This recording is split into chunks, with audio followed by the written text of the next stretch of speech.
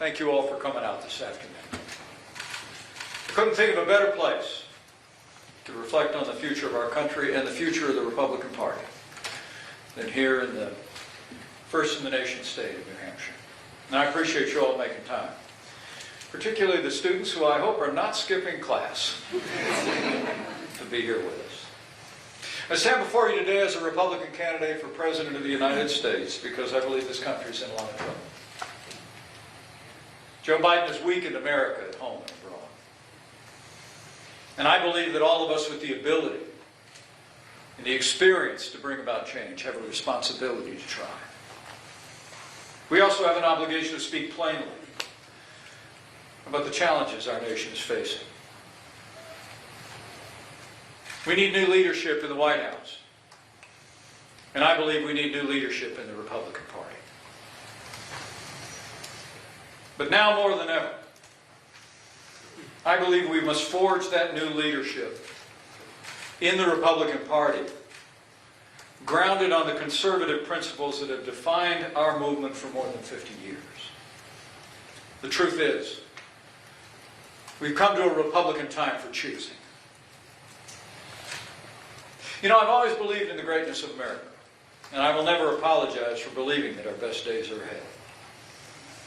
But having faith in our nation and in our people doesn't mean turning a blind eye to the challenges that American families are facing. That disastrous withdrawal from Afghanistan has emboldened the enemies of freedom around the world. Now war rages in Eastern Europe, and China continues its military provocations in the Asia Pacific. Runaway government spending has triggered the worst inflation in 40 years. Mortgages at a 22-year high. 2 out of 3 American families are living paycheck to paycheck. The Biden administration's war on energy has driven up the cost of living for every American family.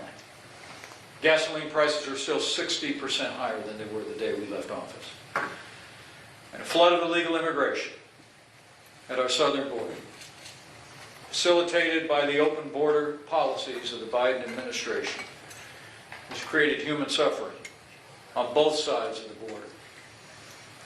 Avalanche of people and narcotics like fentanyl that are literally claiming lives every week here in New Hampshire and all across the nation. Our cities have descended into lawlessness. Our schools teach children to hate their own history. And even many of our public schools teach our kids that boys can become girls and girls can become boys. The President's promise to unite our people is all but abandoned. Under President Joe Biden, our streets are less safe, our families are suffering, our citizens are estranged. He looks us in the eye and tells us that none of it is true. He tells us that Bidenomics is working, but the American people know better.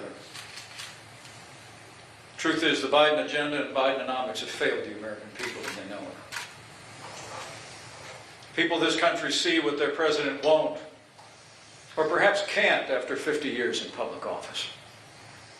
Sky-high grocery prices, cost of gasoline and utilities, an overrun border, and heartbreaking obituaries in local papers, marking empty chairs at dinner tables. The American people are fed up. They're ready for new leadership. And the Republican Party must provide the American people with that new leadership in 2024.